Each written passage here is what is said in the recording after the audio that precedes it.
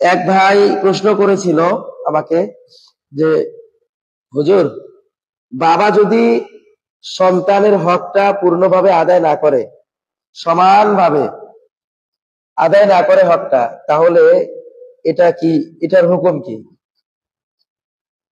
এবং আরেকটি প্রশ্ন ছিল পাশাপাশি, প্রশ্নটা পরে বলতেছি। বাবা যদি সন্তানের হক সঠিকভাবে আদায় না করে, এখন আমার একটা জিনিস আগে বুঝাইতে হবে, সন্তানের হক কি। আসলে আমরা কেন জানো, 99% মানুষ থেকে, সাধারণ মানুষ থেকে শুরু করে ওলামায়ে কেরাম আমরা যারা আছি, আমরা এই ব্যাপারটা বেশি বলি যে পিতামাতার অধিকার, পিতামাতার হক, এটা নিয়ে বেশি আলোচনা করি। কিন্তু সন্তানেরও যে হক আছে এই বিষয়টা নিয়ে আমরা আলোচনা করি না। যার কারণে সমাজ থেকে অনেক সন্তানদের হক অনেক নষ্ট হয়ে যাচ্ছে, কিন্তু সন্তানরা হক হারা হয়ে যাচ্ছে। সন্তানের হক কি? প্রথমত একটা সন্তান যখন জন্ম লাভ করে তখন তাকে ইসলামিক একটা নাম রাখা, তার কানে, ডান কানে আজান, বাম কানে ইকামত, এটা দেয়া, তারপরে তার আকিকা করা, এরপর যখন একটু বড় হবে তার খাতনা করা যদি ছেলে হয়, এরপর তাকে দ্বীনি শিক্ষায় শিক্ষিত করা, তারপর সে যদি বিবাহের উপযুক্ত হয় তাকে বিবাহের ব্যবস্থা করে দেওয়া, বিবাহের ব্যবস্থা করে দেয়া। এরপর যদি সন্তানদের মাঝে কোনো একটা জিনিস, আপনি মনে করেন বাজার থেকে কোনো কিছু নিয়ে আসছেন, এই জিনিসটা সন্তানদের মাঝে সমান ভাগে ভাগ করে দেয়া।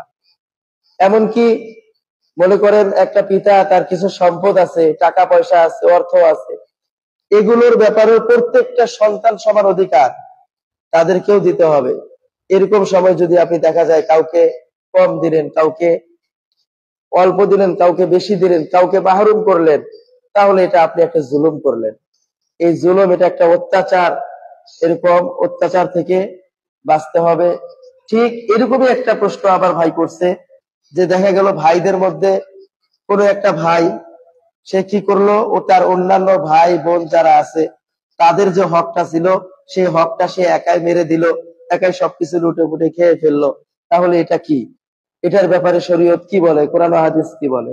আসলে এটা একটা জুলুম হতে পারে। দেখা গেল আপনি সন্তানদের মধ্যে একজন উঁচু লেভেলের সন্তান, আপনার যোগ্যতা অনেক বেশি, আপনার হাতে অনেক দায়িত্ব দেয়া আছে, এই দায়িত্বগুলো আপনি পেয়েছেন বিধায় আপনি আপনার অন্যান্য ভাই বোনদের হক গুলোকে আপনি নষ্ট করবেন।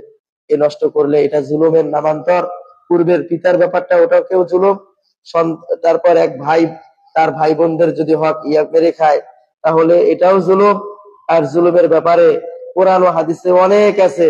এক হাদিস তো বলছেন, আয-যুলমু যুলুমাতুন ইয়াওমাল কিয়ামা, জুলুম হলো যে কিয়ামতের দিবসে অন্ধকার হয়ে আসবে, তখন সে কিছুই দেখবে না।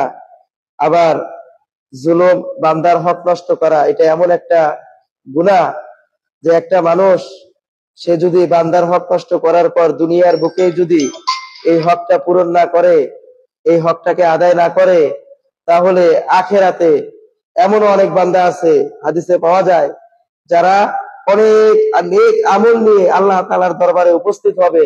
এত আমল নিয়ে উপস্থিত হবে যে আমলের কারণে সে জান্নাতে যাওয়ার কথা, কিন্তু দেখা যাবে হঠাৎ করে বিভিন্ন লোক তার সামনে এসে জমা হবে, এসে বলবে, তুমি আমার 1 শতক জমি না মেরে খাইছিলা, সেই 1 শতক জমি আমাকে দাও।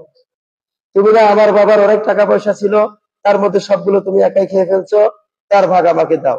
এইভাবে দেখা যাবে সবাই আস্তে আস্তে যখন এসে চাবে, তখন সেখানে তো আর তার কোনো টাকা পয়সা থাকবে না।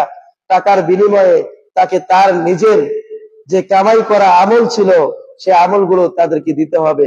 দিতে দিতে এমন একটা সময় চলে আসবে, এমন একটা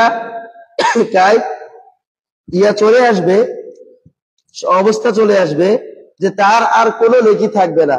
যখন কোনো নেকি থাকবে না, দেখা যাবে এখনো হকদার পাওনাদাররা বসে আছে। এখন উপায় কি? তখন বলবে, যেহেতু তোমার কোনো নেকি নাই, আমাদেরকে নেকিও দিতে পারতেছো না, তাহলে আমাদের গুনাহ তোমাদেরকে নিতে হবে। তখন তাদের কিছু কিছু গুনাহ আমাকে নিতে হবে। তাহলে দেখেন, আমি যখন উঠছিলাম আল্লাহ তাআলার দরবারে গেছি, তখন আমার এমন একটা পরিস্থিতি যে আমাকে কি করতে হবে, আমি জান্নাতে যাই, অথচ এমন একটা পর্যায়ে চলে আসলাম, সমস্ত আমল আমার চলে গেল, তারপরে অন্যের গুনাহ আমাকে নিয়ে এখন আমাকে জাহান্নামে যাওয়া লাগতেছে। আচ্ছা, একটু চিন্তা করে দেখুন তো, শুয়ে শুয়ে একটু চিন্তা করুন তো, যে এরকম একটা অবস্থা যদি হাসরের মাঠে তৈরি হয়, তাহলে আমার মতো পোড়া কপাল কি আর কেউ আছে? এজন্য বান্দার হক নষ্ট এটা কখনোই করা যাবে না। এখনো যদি কোনো বাবা এরকম কাজ করে থাকে, যদি কোনো ভাই তার ভাই বোনদের সাথে এরকম হক নষ্ট করে থাকে, তাহলে তাদের উচিত তারা তওবা করে তাদের হক গুলোকে আবার ফিরিয়ে দেয়া এবং এরকম গুনাহের কাজে সামনে থেকে যেন আর খুব মানে এরকম না করতে পারে, এরকম গুনাহে লিপ্ত হতে না পারে সেই চেষ্টা